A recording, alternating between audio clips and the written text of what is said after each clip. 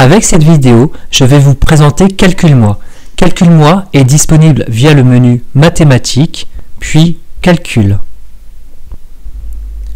Il est pour l'instant basé sur les 4 opérations de base, addition, soustraction, multiplication et division. Pour chaque opération, il est proposé des exercices déjà définis avec des critères variés relatifs à la grandeur des nombres, à la quantité de nombres, à la possibilité d'une retenue ou non pour les additions. Pour les soustractions, nous pouvons regarder le résultat attendu, s'il sera toujours positif ou s'il peut être négatif, si c'est un résultat entier pour les divisions ou s'il peut être un nombre décimal. Lorsque nous effectuons un exercice, une correction apparaît au bout de 2 réponses incorrectes. Nous devons retenir cette correction pour passer à l'opération suivante.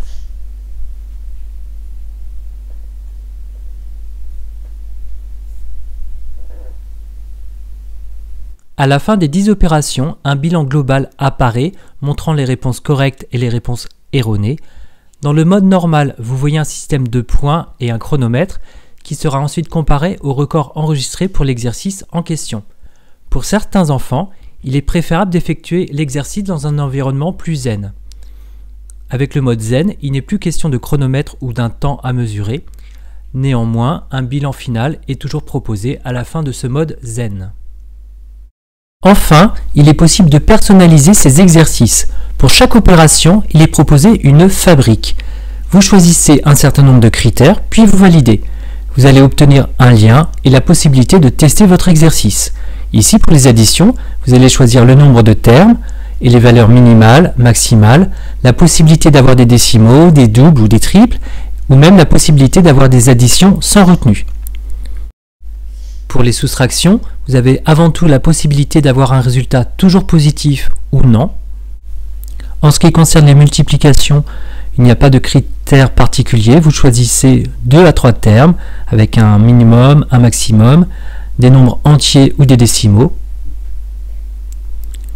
Pour les divisions, vous pouvez choisir d'avoir toujours le même diviseur, par exemple toujours divisé par 2, ou d'avoir un choix aléatoire sur 2 ou 3 diviseurs. Par exemple, un choix entre 2, 5 et 10. Vous pouvez imposer d'avoir un résultat toujours entier. Par exemple, le programme va choisir des opérations du type 20 divisé par 5 ou d'avoir la possibilité d'avoir un résultat sous forme décimale. Par exemple, l'ordinateur va choisir l'opération 22 divisé par 5. Pour chaque exercice créé, un record peut être enregistré. Il vous suffit juste de conserver le lien de votre exercice.